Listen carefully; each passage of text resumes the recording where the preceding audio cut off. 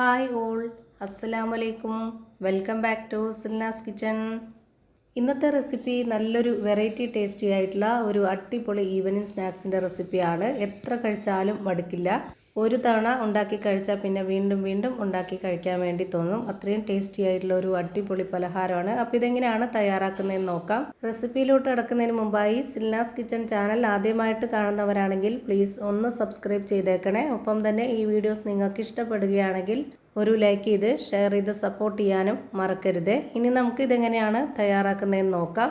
ഇതിനായി ആദ്യം തന്നെ ഞാനിവിടെ പൊട്ടുകടലയാണ് എടുത്തിട്ടുള്ളത്. 250 ml കപ്പിൻ്റെ അളവിൽ 1 കപ്പ് പൊട്ടുകടല എടുത്തിട്ടുണ്ട്. ഇത് നമുക്ക് മിക്സിയുടെ ജാറിലിട്ടിട്ട് നന്നായിട്ടൊന്ന് പൊടിച്ചെടുക്കണം. എന്നിട്ട് മാറ്റി വെക്കുന്നുണ്ട്. ഞാൻ എടുത്തിട്ടുള്ള ഈ ഒരു പൊട്ടുകടലയുടെ അളവനുസരിച്ചാണ് ബാക്കിയുള്ള എല്ലാ ഇൻഗ്രീഡിയൻസിൻ്റെ അളവും ചേർത്ത് കൊടുക്കുന്നത്. പിന്നെ വേണ്ടത് ഉരുളക്കിഴങ്ങാണ്. അത് കുക്കറിലിട്ട് വേവിച്ചെടുത്തതിന് ശേഷം അതിൻ്റെ തൊലിയൊക്കെ കളഞ്ഞിട്ട് ഞാനിവിടെ ഒരു പാത്രത്തിൽ എടുത്തിട്ടുണ്ട്. അത് നല്ല പോലെ ഒന്ന് ഉടച്ചെടുക്കാം. ഉരുളക്കിഴങ്ങ് എത്രത്തോളം വേവിച്ചെടുക്കാമോ അത്രയും നന്നായിട്ട് വേവിച്ചെടുക്കുക. എന്നാലേ നമ്മുടെ പലഹാരം നല്ല ടേസ്റ്റി ആയിട്ടും പരുവത്തിനൊക്കെ കിട്ടുള്ളൂ. മീഡിയം സൈസിലുള്ള 2 ഉരുളക്കിഴങ്ങാണ് ഞാനിവിടെ വേവിച്ച് ഉടയ്ക്കുന്നത്. ഇനി ഇതിലേക്ക് നേരത്തെ പൊടിച്ച് വെച്ചിരുന്ന ആ ഒരു പൊട്ടുകടലയുടെ പൊടി ഇതിലേക്ക് ഇട്ട് കൊടുക്കാം. ഇനി ഇതിലേക്ക് 2 പച്ചമുളകും അതുപോലെ ഒരു സബോളയും പൊടിയായിട്ട് അരിഞ്ഞിട്ടുള്ളത് ഇതിലേക്ക് ഇട്ട് കൊടുക്കുന്നുണ്ട്. ഇത് രണ്ടും പൊടിയായിട്ട് അരിഞ്ഞ് ഇട്ട് കൊടുക്കുക. എന്നാലേ നമ്മൾ ഷേപ്പാക്കി എടുക്കുമ്പോൾ നല്ല കറക്റ്റ് ഷേപ്പിൽ കിട്ടുള്ളൂ. പിന്നെ ഇതിലേക്ക് കുറച്ച് മല്ലിയിലയും കറിവേപ്പിലയും ഇട്ട് കൊടുക്കാം. വെളുത്തുള്ളി ഇഞ്ചി ചതച്ചത് 1 സ്പൂൺ അളവിൽ ഇട്ട് കൊടുക്കുന്നുണ്ട്.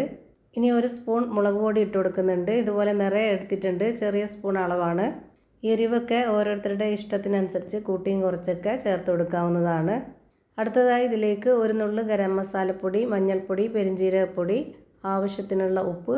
പിന്നെ നമ്മുടെ വീഡിയോസ് കണ്ടുകൊണ്ടിരിക്കുമ്പോൾ തന്നെ സിൽനാസ് കിച്ചൺ ചാനൽ ആദ്യമായിട്ട് കാണുന്നവരും ഇതുവരെയും കണ്ട് സബ്സ്ക്രൈബ് ചെയ്യാത്തവരും പ്ലീസ് ഒന്ന് സബ്സ്ക്രൈബ് ചെയ്തേക്കണേ. ഇപ്പോൾ ഞാനിതിലേക്ക് ആവശ്യത്തിനുള്ള ഉപ്പിട്ട് കൊടുത്തിട്ടുണ്ട്. ഇനി ഇതിലേക്ക് വെള്ളം ഒഴിച്ച് കൊടുത്തിട്ട് ഒന്ന് കുഴച്ചിട്ടെടുക്കാം. ഇതിനായിട്ട് ഞാൻ 250 ml കപ്പിൻ്റെ അളവിൽ 1 കപ്പ് വെള്ളം എടുത്തിട്ടുണ്ട്. അത് മുഴുവനായിട്ടും ഒഴിച്ചു കൊടുക്കുന്നില്ല. ആദ്യം ഒരു അരക്കപ്പോളം ഒഴിച്ചു കൊടുത്തിട്ട് ഒന്ന് കുഴച്ച് നോക്കുന്നുണ്ട്. കുഴച്ച് നോക്കിയിട്ട് പോരാന്നുണ്ടെങ്കിൽ മാത്രം ബാക്കി ഒഴിച്ചു കൊടുത്താൽ മതി. അല്ലാന്നുണ്ടെങ്കിൽ ഇതിൻ്റെ പരുവം തെറ്റിപ്പോവും. നമ്മുടെ കൈകൊണ്ട് ഈ ഒരു കൂട്ട് പിടിക്കുമ്പോൾ ഏത് ഷേപ്പിൽ വേണമെങ്കിലും റെഡിയാക്കി എടുക്കാൻ പറ്റണം. ആ ഒരു പരുവാണ് ഇതിൻ്റെ കറക്റ്റ് പരുവം. ഒരുപാട് അങ്ങ് ലൂസായി പോയാൽ കറക്റ്റ് പരുവത്തിന് കിട്ടത്തില്ല.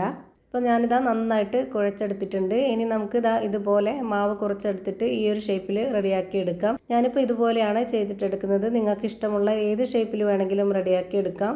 ഭയങ്കര സിമ്പിളാണ്, പെട്ടെന്ന് തയ്യാറാക്കി എടുക്കാൻ പറ്റും. ഇതുപോലെ തന്നെ എല്ലാം ഞാൻ ബോൾസാക്കി ഒരു പാത്രത്തിലേക്ക് മാറ്റിയിട്ടുണ്ട്.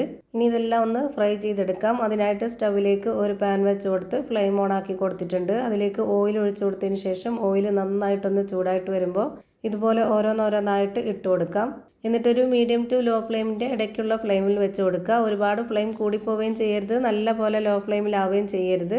അപ്പോൾ ഇതിൻ്റെ പരുവൊക്കെ തെറ്റിപ്പോവും. അതുകൊണ്ട് തന്നെ ആ ഒരു ഫ്ലെയിമിൽ തന്നെ എത്ര എണ്ണമാണോ ഫ്രൈ ചെയ്തെടുക്കുന്നത് അത്രയും സമയം വരെ ആ ഒരു ഫ്ലെയിമിൽ തന്നെ വെച്ചിരിക്കുക.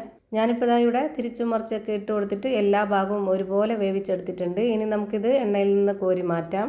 സ്കൂൾ വിട്ട് വരുന്ന കുട്ടികൾക്കായാലും നമ്മുടെ വീട്ടിൽ വരുന്ന ഗസ്റ്റുകൾക്കായാലും പെട്ടെന്ന് തയ്യാറാക്കി കൊടുക്കാൻ പറ്റുന്ന ഒരു അടിപൊളി ഐറ്റമാണ്. തീർച്ചയായിട്ടും ഒന്ന് ട്രൈ ചെയ്ത് നോക്കുക, എല്ലാവർക്കും ഇഷ്ടമാവും.